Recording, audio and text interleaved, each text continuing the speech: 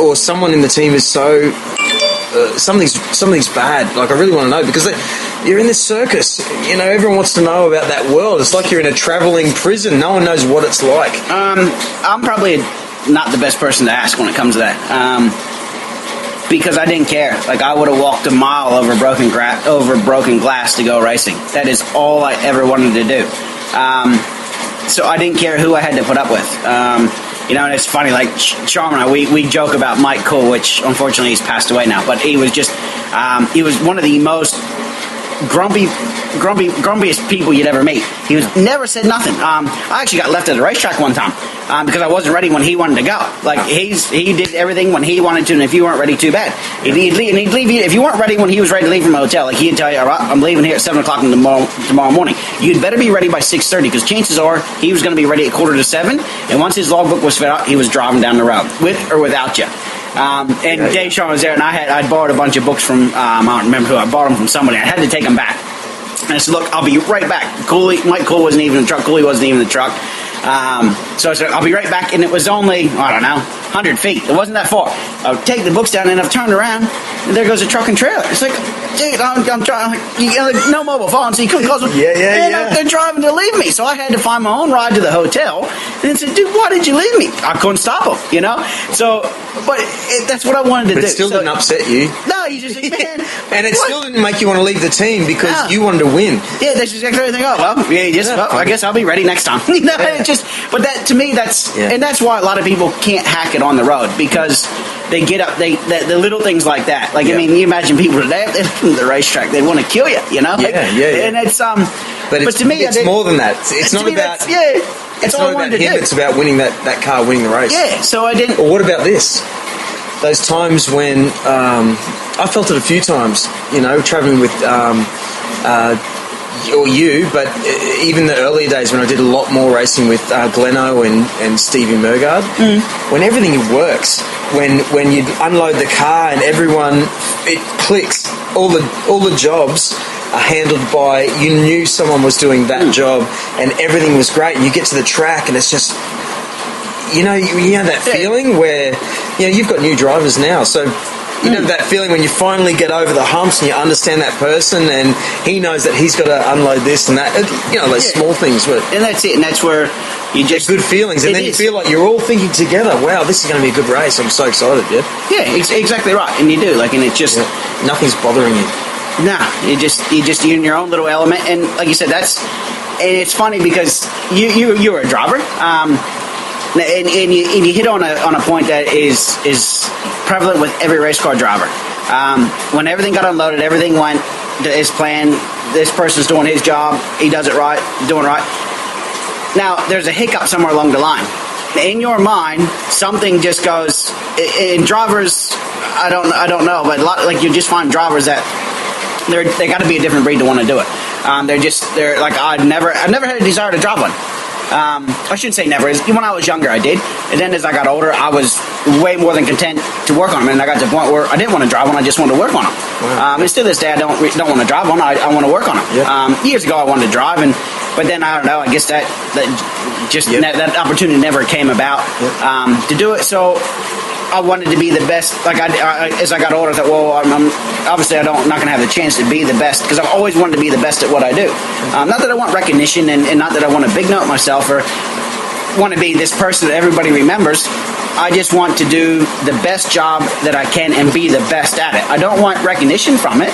I just want to go out and that winning, and it's a totally. I don't know if you call it a selfless act, but it's just a thing that you don't want nobody to praise you. You don't want the praise. You just want to go and be the best at it. Yep. And sorry, I get sidetracked here, but we're talking about drivers and all that. It reminded me of the first time I went to America to watch, and my first race I went to was Eldora, and I went with other guys and who knew more about American sprint cars, speedway racing than me, right? But I thought the crew guys were just as cool as the driver. If not, the crew guys were cooler. Like, if you understand, like, they were the unsung heroes, and they made the car go faster. The guy drove it well, but the crew guys made. I think that's the difference between speedway and, say, V8 supercar racing in Australia. Like, with a sprint car team, I can tell you, in my day, there was Charmin, Mouse Green, you. There were all these characters who made the cars go fast. Little Pete. The driver, exactly. Hey. And tell me more. Like the drivers made the cars, steered the cars, but everyone in Speedway know that there's a couple of key characters, and they were way cooler. And it is, and it's funny because, and I guess maybe that's why I really was attracted to racing here in Australia. The tracks are smaller. Like they're a driver's track. You got to get up on the wheel and you got to drive the car. You're not just going to sit there and let the thing do its thing. You actually got to drive them. But the biggest thing that really attracted me to it was like when I first went on the road over them. It was kind of a party, and it was you get to the hotel and you'd have a drink, you'd have a few beers, and you'd have a laugh with everybody and the other teams, and it was about having a good time. Well, when I came here to Australia, it was all about that plus some. Like you had way more fun. It was a whole lot more fun. Yeah. Here in Australia, and then now over home, like everybody, they're in a rush to get back to their shop. They're in a rush to go here. The teams don't really stay at the same hotels anymore like they used to. Like they want to stay at their own hotel away from everybody. And here you still here it's awesome. You go, you're like we don't travel as much as what we used to, but when you go away, they go, we stay at this hotel, and you're so excited to have that other because it's a camaraderie. Like it just how and storytelling. Yeah, and it's basically what we're doing now. You just have an absolute ball with a laugh and a few beers, and it's just stories. It's always about that race, or it's always about that time after the race. Yeah, and that time. Yeah, exactly. Crazy fun. And it's a different. And you soon, because I came from out of nowhere and started driving a sprint car sort of thing. Through my time not being in the car, just hanging out at motels and bars afterwards with all the other teams, I soon learnt about everyone else. Yeah. Because there were so many great stories about, he does this, that, And it is, and it's one of the things that you want. The memories of it. It's one of them things that so and so used to do this, and you remember that time at the pub he did this, or it's just like wow, that's it's a life. It's a totally different. Yeah. And how to explain it to somebody? You can't. Like you can try, but I don't reckon you ever really get a full grasp unless you go and do it. I only saw this. You know all about this. What's this ultimate sprint car? The USC Ultimate Sprint Car Championship. Barry Waldron, which is what's he have? The East Coast. He owns East Coast Pipeline Drilling or whatever it is. Yep. He's got the rights for. He is. He just dead phone again. He's got the rights. He manages Sydney Speedway. He's just taken the leasing rights over, the rights to lease it up in Toowoomba.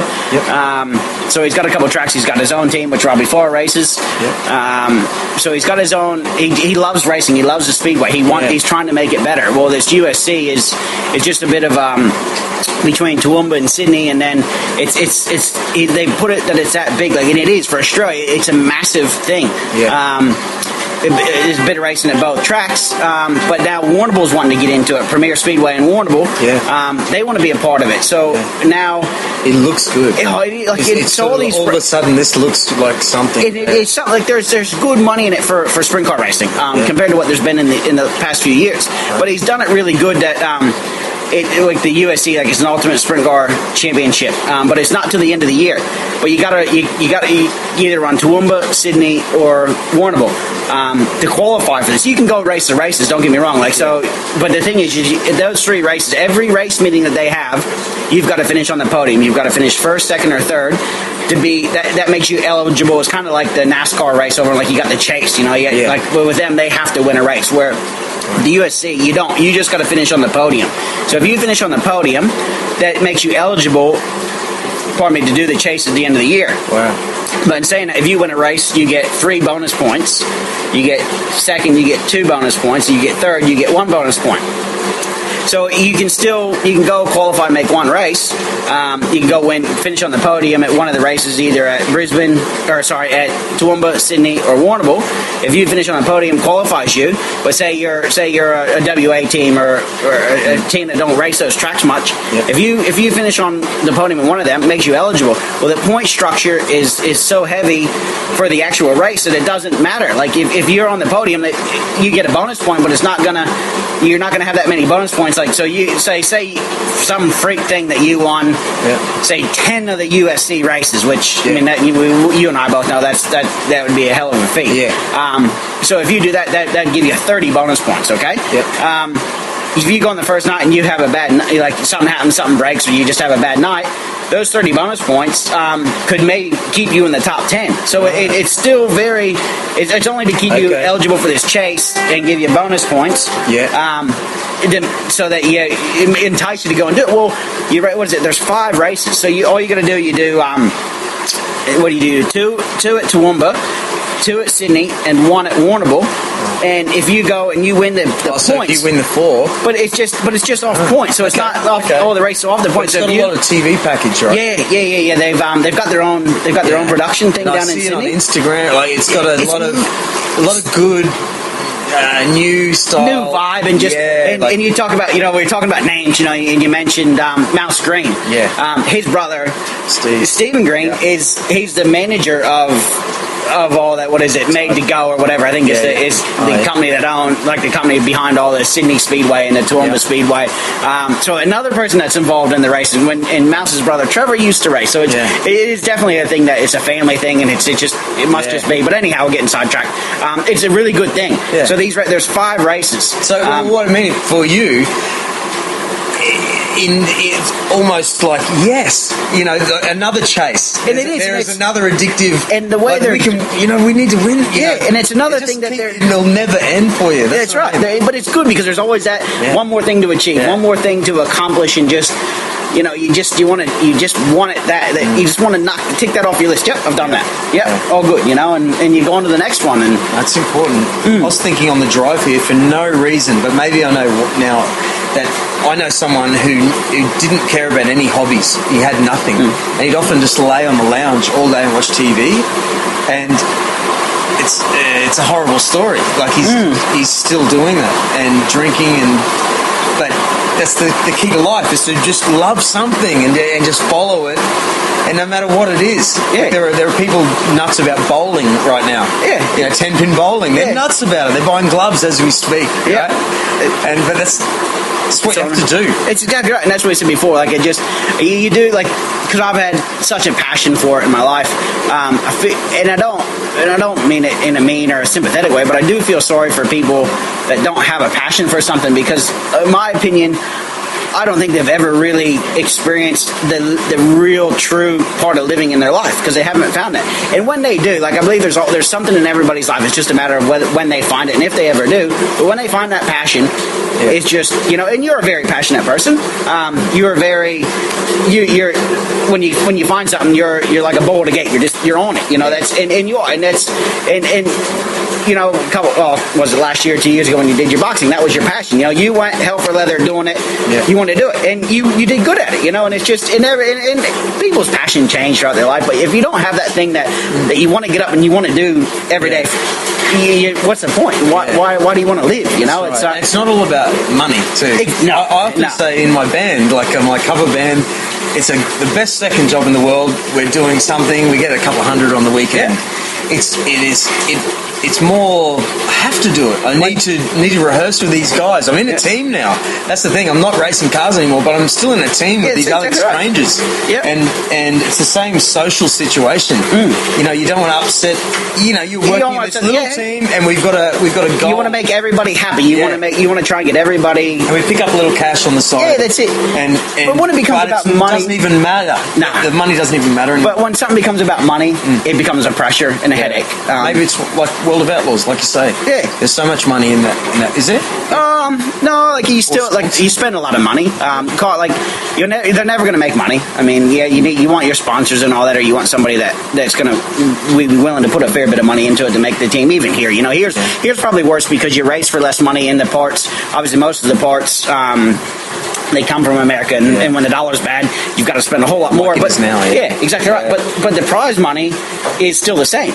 So when the dollar goes bad, the prize money don't go up. So you're paying, you're paying that much money for something that, you don't get it back in return in the prize money. So you got to have somebody fortunately for me, I'm fortunate that your dad Reeve owns the race team, and he loves his racing.